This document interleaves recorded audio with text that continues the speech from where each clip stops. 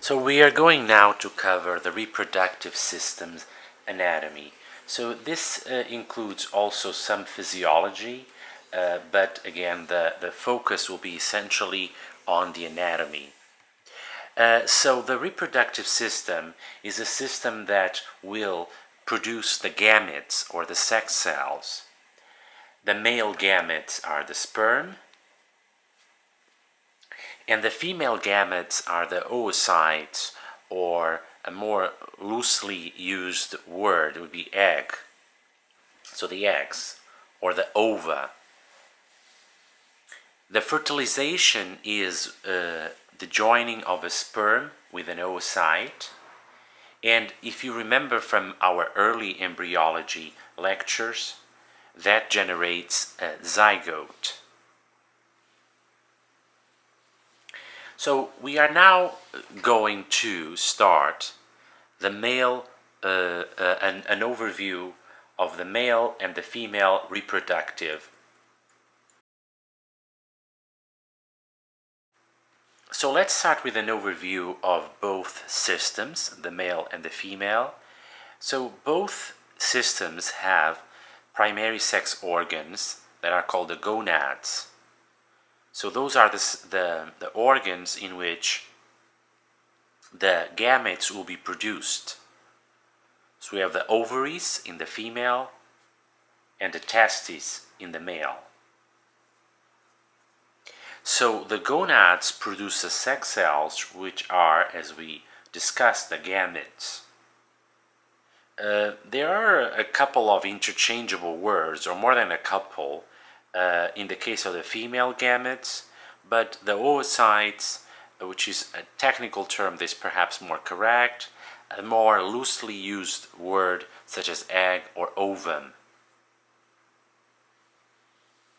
And in the male is the sperm. Again, the fertilization is the fusion of those the gametes. And just to add a little bit more of naming, we have the sexual intercourse is copulation or coitus, and puberty marks a transformational changes that start with the activity of the hypothalamus, the pituitary, as to produce FSH and LH, which then will induce the production of the female hormones in a female and the male hormones in a male, and that induces changes that affect what we call the primary sex characteristics as well as the secondary sex characteristics. So the hypothalamus produces G and RH, the pituitary FSH and LH, and the gonads are going to be stimulated by FSH and LH, and they'll produce hormones, and that peak of hormones will affect basically a series of characteristics which we group into primary and secondary, which are not important for the scope of this lecture, the distinction between primary and secondary. But the primary would be aspects that primarily allow us to know the biological sex, such as the penis in the man, the vagina in a woman. Secondary would be aspects that are more indirect, for example, the facial hair, and that is greater in men than in women. So this table may be a good beginning for us to get an idea not only of the different portions of the male, but also the different portions of the female reproductive systems, and compare them. So you see that the ovaries can be compared to the testes in the sense that they both produce gametes or sex hormones. The clitoris and the glands of the penis are both erectile tissue. They're both aroused, they're both excitable, and they both go erectile in the sense that they expand.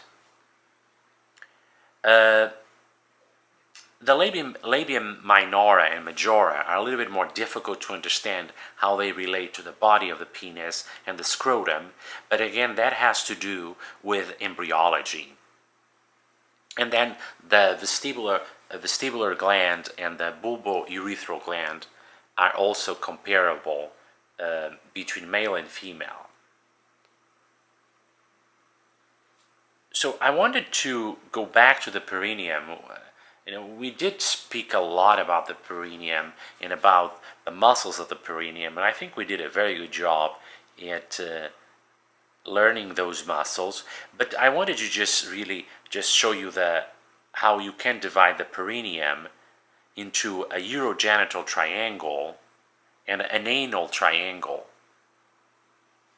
So you don't necessarily need to know the limits, but this is superficial anatomy. So the perineum would be limited by the pubic symphyses, by the ischial tuberosities, and the coccyx.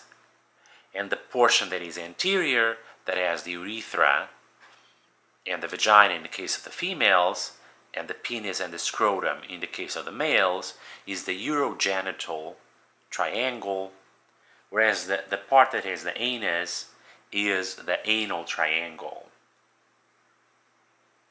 And so these would be the basic components. So now we can, when you're ready to continue the lecture, I wanted to start speaking about the male reproductive system. So let's look at the male reproductive system and just stay here enough time to really understand the different portions of anatomy. So it may be that something is noticeable immediately. Another way is following the ducts. But you see the penis, the testes, and of course, when we know more about it, you can follow, for example, the production of sperm, which starts in the testes. Then you see there something called the epididymis, then a vas deferens, and then you see crossing the prostate, and then you have the urinary bladder where you see the urethra. And so the urethra in the case of the man, the male, is simultaneously for voiding urine, for voiding the urinary bladder, for micturition, but is also for ejaculation. So you see the urethra crossing the penis. Then if you go, again, it's the kind of picture that is good to start. I like to start with these pictures just to really give you an overview and test you on what you already know, but you can already come back to this picture. So we are proceeding slowly about it.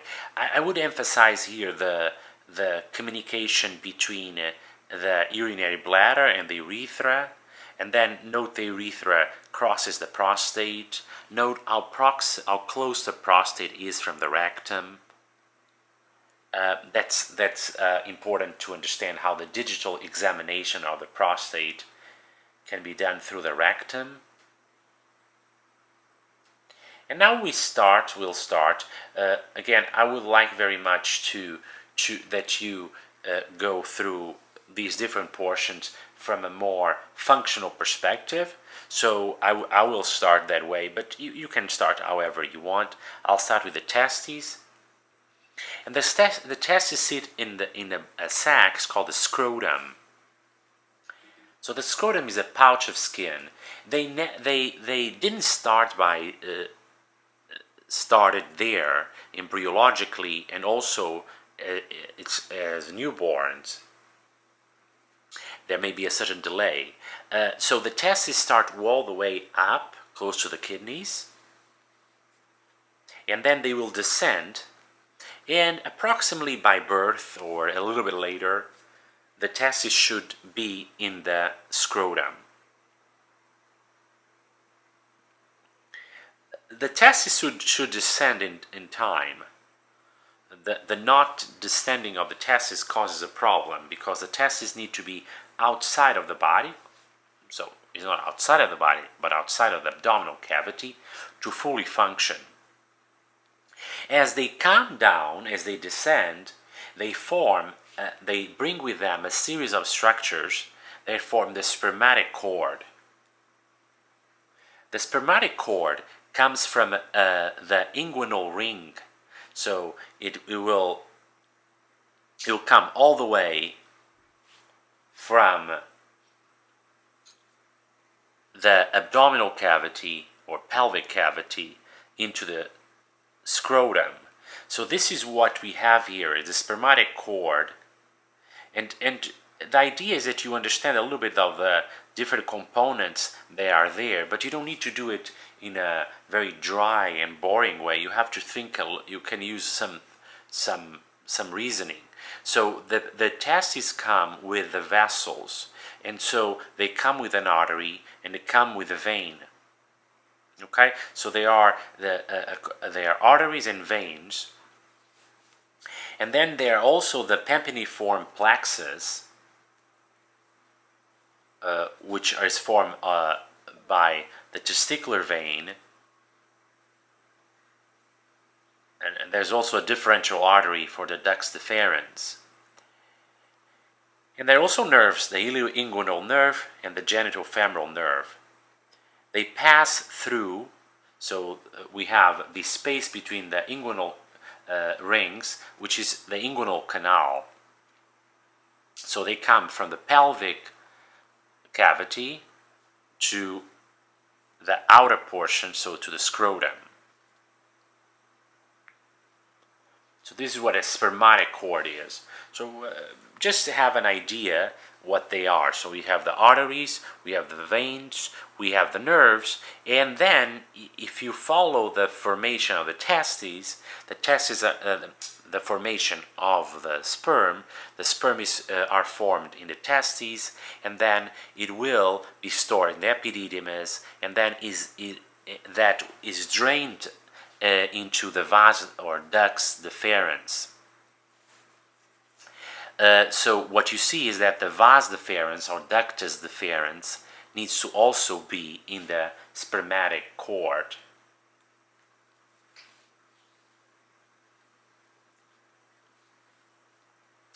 So sit here to just memorize the structures that are in the spermatic cord. When you look at the testes this way, it's important to understand that the scrotum has muscles. So you see there is a cremaster muscle and the dartus muscle.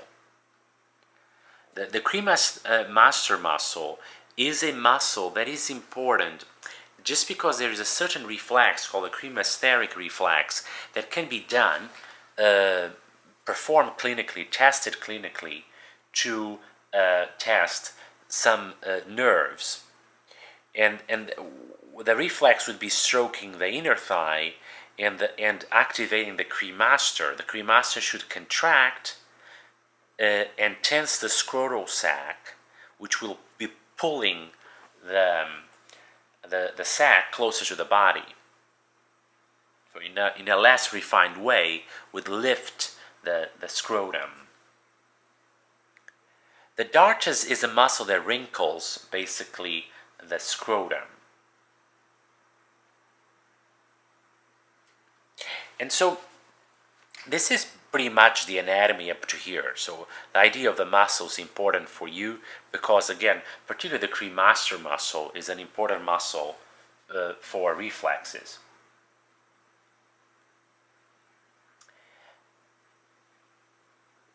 So let's look at the anatomy of the testes. So each testis has two tunicas. One is the tunica vaginalis, which is the outer tunica, and is actually was actually connected with the abdominal cavity. So it's basically peritoneum. So the tunica vaginalis has two layers, the parietal and the visceral. So the visceral are closer to the testes, and the parietal are further away. And then there is a capsule that's called the tunica albuginea, which is a thick connective tissue capsule. Putting aside these layers, we find that the testes are a system of coiled seminiferous tubules. That's where the sperm are formed. These will continue in the recti testes, which will continue into the epididymis. The epididymis leads into the vas deferens, or ductus deferens, which enlarges into the ampulla of the vas deferens immediately before the vas enters the body of the prostate gland. So spermatogenesis, the formation of sperm, occurs in the seminiferous tubules and occurs in that trajectory. So pay attention to what you're seeing here. So you're seeing a cut of a seminiferous tubule. So you see the lumen and you see the wall. And you see that the cells, as they move closer to the lumen, they will be differentiated. I'll give you the names in a little bit just to really give you more of the naming and prepare you for physiology. But for now, it's just important to understand that the spermatogenesis occurs in the seminiferous tubules, and it will occur with the help of the Sertoli cells. Sertoli cells is a more common name, but certain books like to call it nurse cells or sustentacular cells, in the sense that they support. Note in this picture shows you a separation between the testes and the blood. Is a true true separation. It's called the blood-testis barrier, which prevents the sperm from interacting with the immune system. So our lymphocytes never experienced any antigen that comes from the sperm.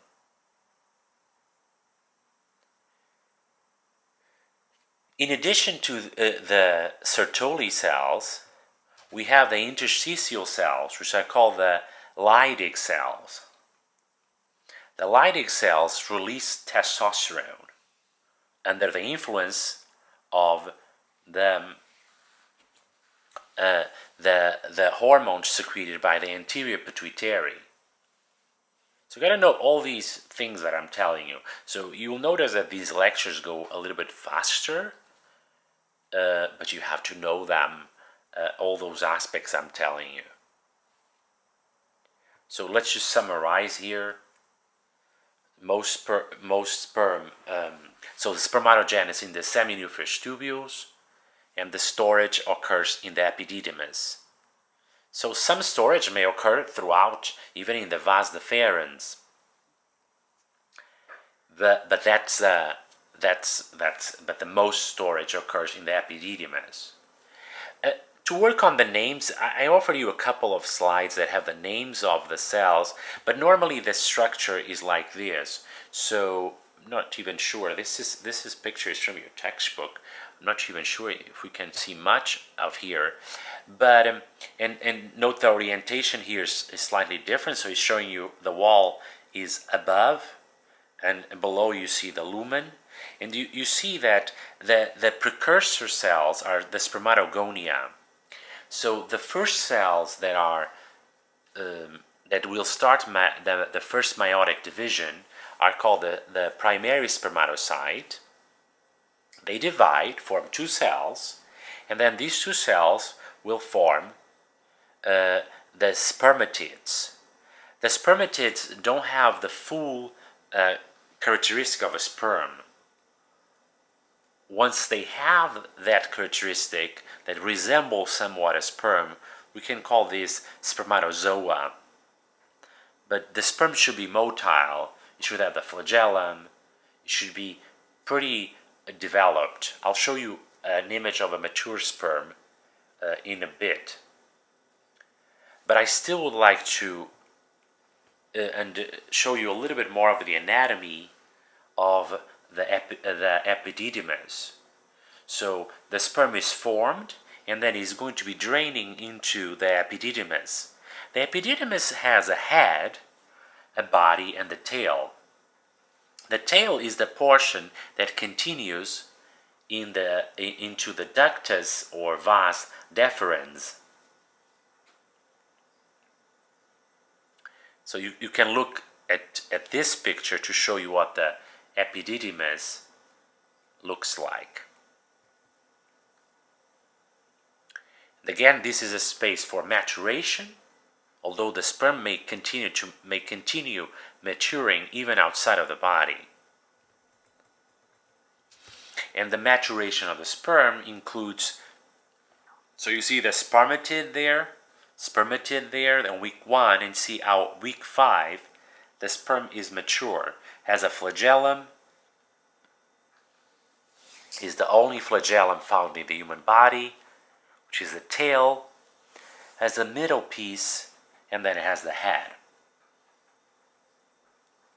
And so if you follow this, you understand all the components of from the testes all the way to the urethra. So you can pause here, and then when you come back, let's talk about the associated glands. So if you come back here and you see the testes, you see the epididymis, you see the ductus deferens or deferens, and then you see it that it will cross the prostate and eventually find the urethra. Okay, so we found the pathway, the sperm are formed, and then they ejaculated. But in addition to this ejaculatory duct or ejaculatory system, we have glands that do not contribute to the formation of the sperm, but they provide fluid to what is the ejaculate. So we have 2 seminal vesicles on each side of the prostate.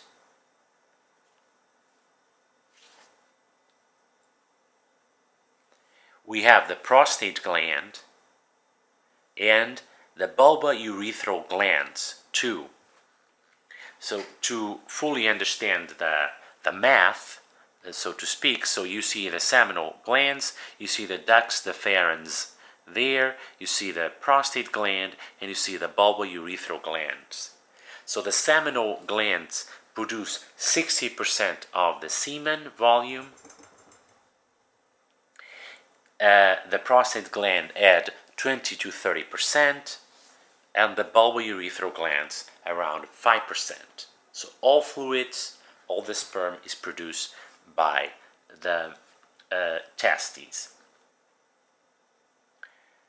Last, this picture just to tell you the proximity between the prostate and the rectum. And then we are done with the different components that are internal. So let's look at the external components when you're ready. So the penis is seen as like another metaphor with plants. So you see a root, you see a body. So the root is the attachment. The body of the penis is the shaft. And then we have the glands. The glands is, we'll talk a little bit, but is an expansion of the corpus spongiosum, which is already marked on in this picture. So the glands is covered by the prepuce or foreskin. Then circumcision is the process in which that foreskin is removed. So let's look at the erectile tissue of the penis. So there are 2 corpora cavernosa. and the corpus spongiosum. The corpus spongiosum surrounds the urethra and expands as the glands. So do not go, further, regardless of my speed again. Don't go further if you're not localizing these aspects. Here I just want to show you that the urethra may be divided into different portions. A pre-prostatic part of the urethra, the prostatic, the membranous portion, and the spongy portion of the urethra. So we are done with the male reproductive system.